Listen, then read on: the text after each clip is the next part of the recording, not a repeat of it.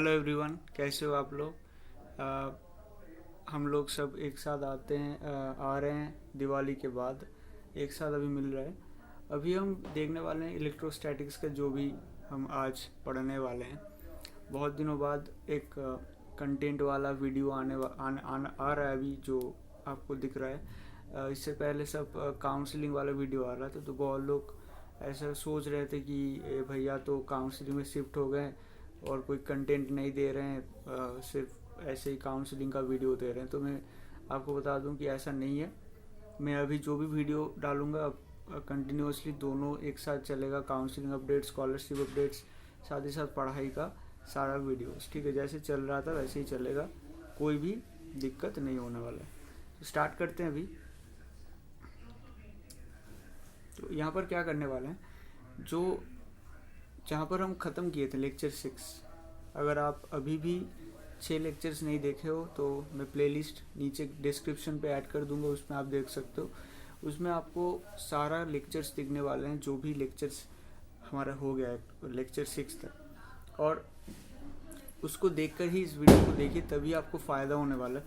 नहीं तो आप बहुत ज़्यादा दिक्कत होगा, क्योंकि बहुत पीछे वाला चीज़ें मैं यहाँ पर मेंशन करने वाला हूँ, उसको यहाँ पर खींचने वाला हूँ, उसको उल्लेख करने वाला हूँ, तो आपको दिक्कत हो सकता है। तो प्रॉब्लम 5 में हम जाते हैं। वो आपको दिख रहा है यहाँ पर स्क्रीन पे, मैं आपको दिखाता हूँ कि यह है प्रॉब्लम 5। तो इस प्रॉब्लम 5 को आप पढ़िए। A charge q is broken into 2 parts and 3 parts are placed at certain separation. Determine the value of the charges on both parts such as the resultant electrostatic force experienced by any part is maximum। बोल रहा है एक charge है, उसको 2 part में divide किया गया है, और जो पार्ट्स है वो एक सर्टेन सेपरेशन, एक पर्टिकुलर निर्दिष्ट डिस्टेंस पे, एक निर्दिष्ट दूरत्व पे उसको फीड कर दिया गया है। Determine the value of charges on both parts, दोनों वैल्यू ऑफ चार्जेस कितना कितना उसको निकालना है। Such that the resultant electrostatic force experience by any part is maximum. कोई भी एक पार्ट को लीजिए, उसके ऊपर जो भी फोर्स लग रहा है, जो नेट फोर्स, वो मैक्सिमम हो रहा है। इस चीज़ को, इस कंडीशन को सेटिस्फाई करता हुआ जो भी चार्ज का अमाउंट होगा, दोनों का मैग्नीट्यूड, और साथ ही साथ उसका हालांकि दोनों भी निकालना पड़ेगा, उसका साइंस भी निकालना पड़ेगा। तो साइन साथ ही साथ मैग्नीट्यूड दोनों भी करना पड़ेगा। तो यहाँ पर आपको दिख रहा है, तो पहले आप इसको ट्राई कीजिए, उसके बाद हम दिखाते हैं।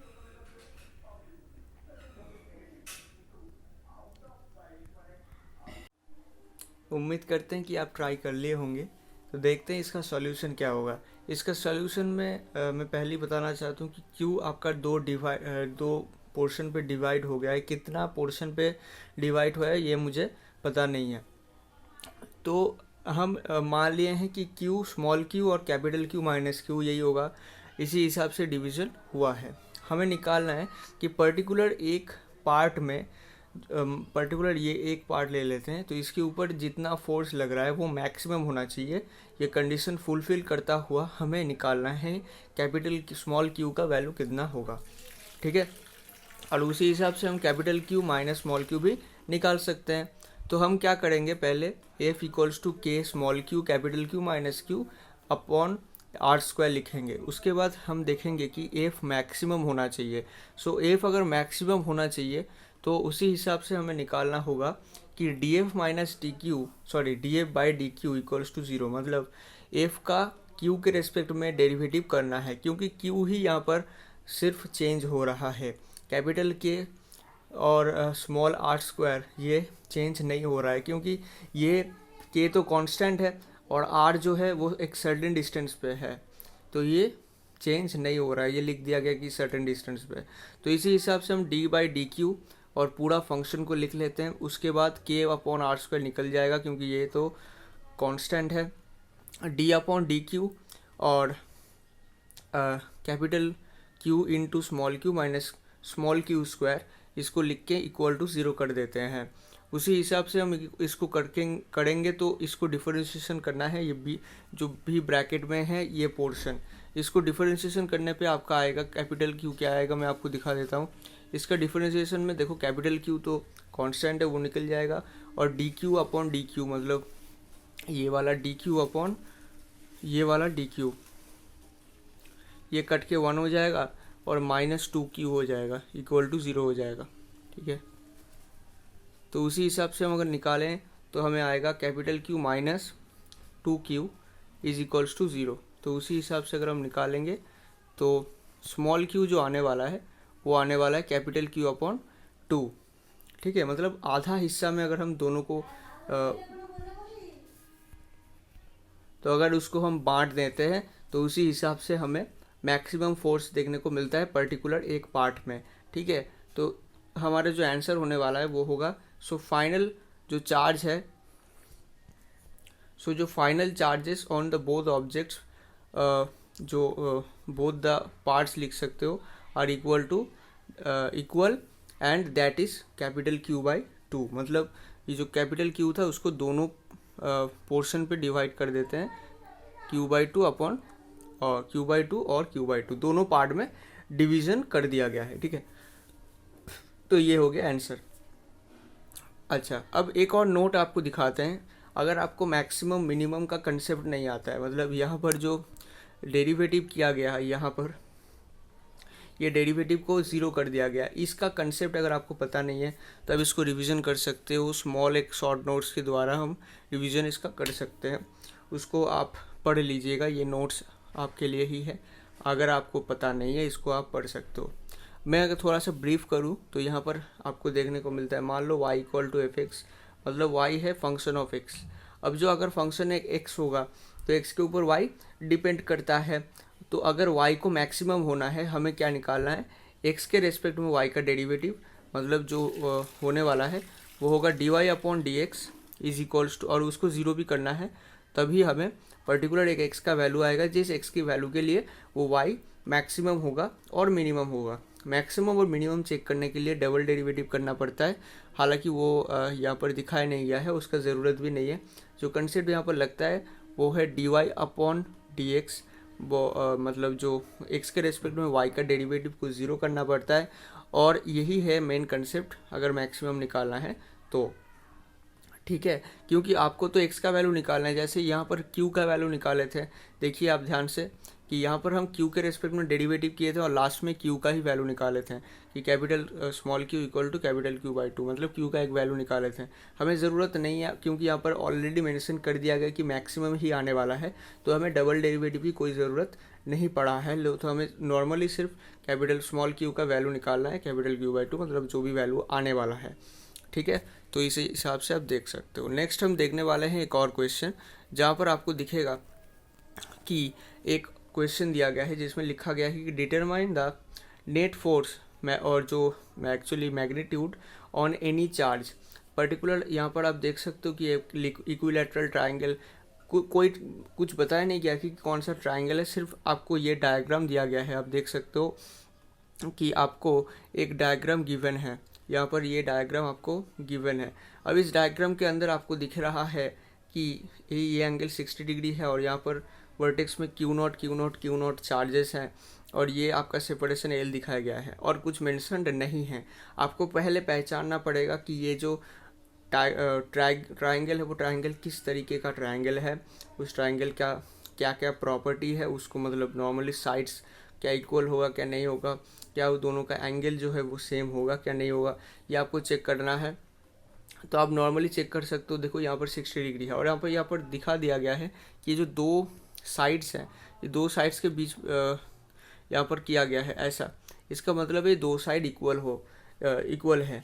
ये दो साइड अगर इक्वल है तो हम बोल सकते हैं कि ये जो तीसरा जो साइड्स है उसके ऊपर ये जो नील और लाल वाला यहाँ पर और नील और लाल वाला, ये दोनों के बीच में जो एंगल बन रहा है ये दोनों एंगल सेम होगा। अगर ये थीटा हो तो ये भी थीटा होगा, और हमें ऑलरेडी दिया गया कि ये 60 डिग्री है, तो हम लिख सकते हैं कि 60 degree plus 2 theta is equals to 180 degree, क्योंकि हमें पता है कि टोटल एंगल जो होता है वो 180 डिग्री होता है। टोटल एंगल का जो ऐड अगर एडिशन करते हो तो वो आता है 180 डिग्री। तो उसी हिसाब से यहाँ पर कैलकुलेट कर सकते हो कितना आएगा, थीटा इक्वल टू 60 डिग्री आप कैलकुलेट कर लीजिएगा।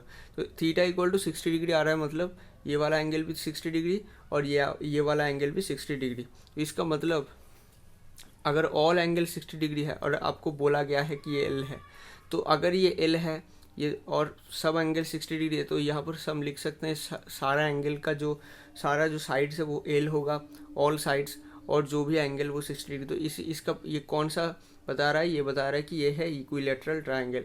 ये इक्विलैटरल ट्रायंगल के बारे में हमें बता रहा है कि ये जो ट्रायंगल है वो है इक्विलैटरल ट्रायंगल, ठीक है। तो हम क्या कर सकते हैं, इक्विलैटरल ट्रायंगल को लेके चल सकते हैं और यहाँ पर हम दिखा सकते हैं कि यहाँ पर हम अब निकालने वाले हैं कि पर्टिकुलर एक चार्ज के ऊपर कितना फोर्स लग रहा है। तो उसको हम निकालने के लिए क्या करेंगे, पहले देखो ये चार्ज को पकड़ लेते हैं, इसके ऊपर जो भी फोर्स लग रहा है वो हम निकालने वाले हैं। तो अगर ये charge capital small Q not है और यहाँ पर स्मॉल क्यू नॉट है और यहाँ पर भी एक स्मॉल क्यू नॉट चार्ज है, ये आपको ऑलरेडी मेंशन कर दिया है। ये डिस्टेंस है एल, स्मॉल एल, और हम जानते हैं कि ये डिस्टेंस भी स्मॉल एल है और ये डिस्टेंस भी स्मॉल एल है। तो हम बोल सकते हैं कि इसके ऊपर अगर फोर्स लग रहा है तो इसी हिसाब से लगेगा, तो यहाँ पर एक ऐसा फोर्स लगेगा और इसी हिसाब से अगर लगने वाला है तो इसके ऊपर ऐसा फोर्स लगेगा। अब दोनों फोर्स को अलग अलग नेमिंग कर दिया गया है।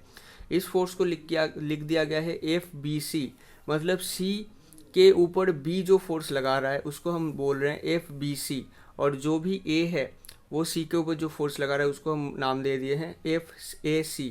अब दोनों को F0 क्यों लिख दिया गया है, F0 लिखने के पीछे एक रीज़न है, क्योंकि दोनों को अगर F0 लिख दिया गया मतलब दोनों का मैग्नीट्यूड सेम है। अभी इसको हम कैसे चेक कर सकते हैं कि दोनों का मैग्नीट्यूड सेम है, अगर हम देखें तो ये दोनों के बीच में जो डिस्टेंस है वो है स्मॉल एल, सॉरी, और ये दोनों के बीच में जो डिस्टेंस है वो स्मॉल एल है, और हर एक जो वर्टेक्स है उसके ऊपर स्मॉल क्यू नॉट है।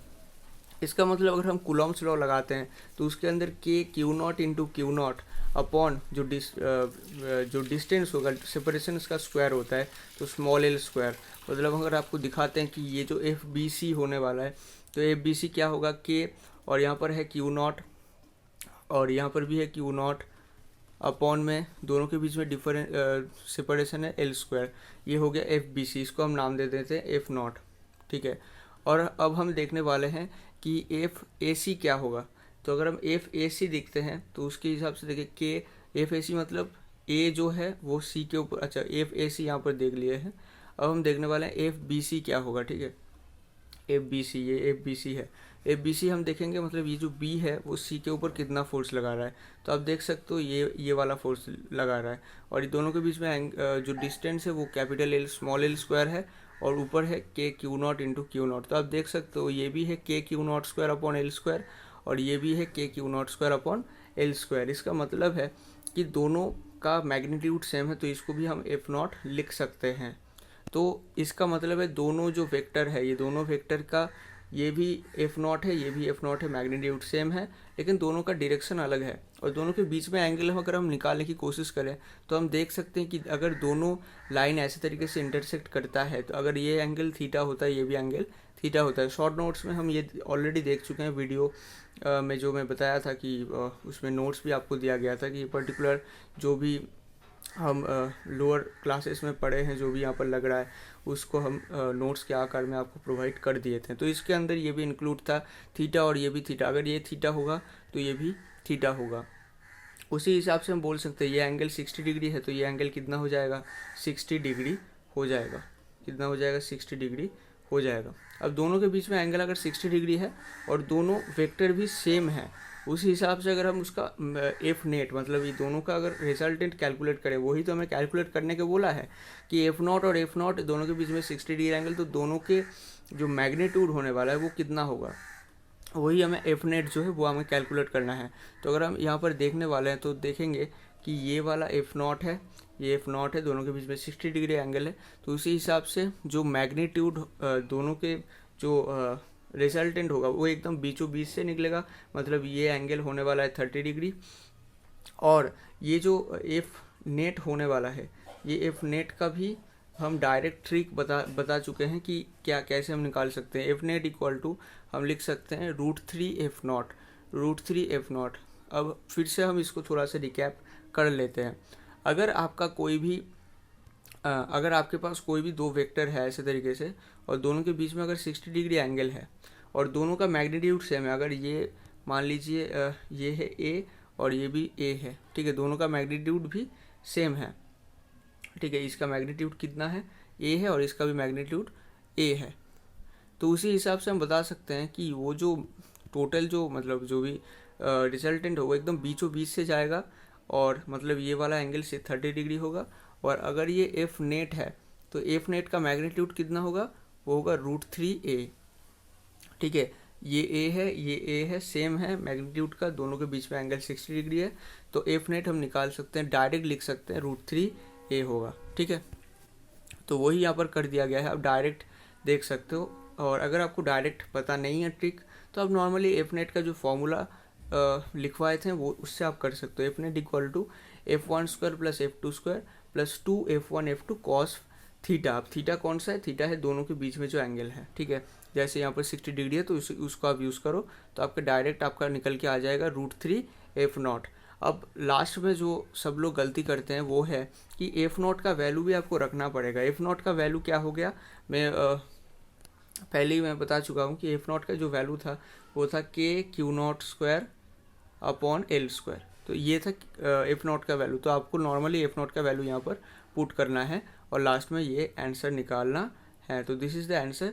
मैं अगर फाइनल बोलूँ तो ये हो जाएगा एफ नेट, ठीक है, this is the F net, और ये ही हो जाएगा आपका आंसर, ठीक है। तो इसको आप ऐसे कर सकते हो, ठीक है।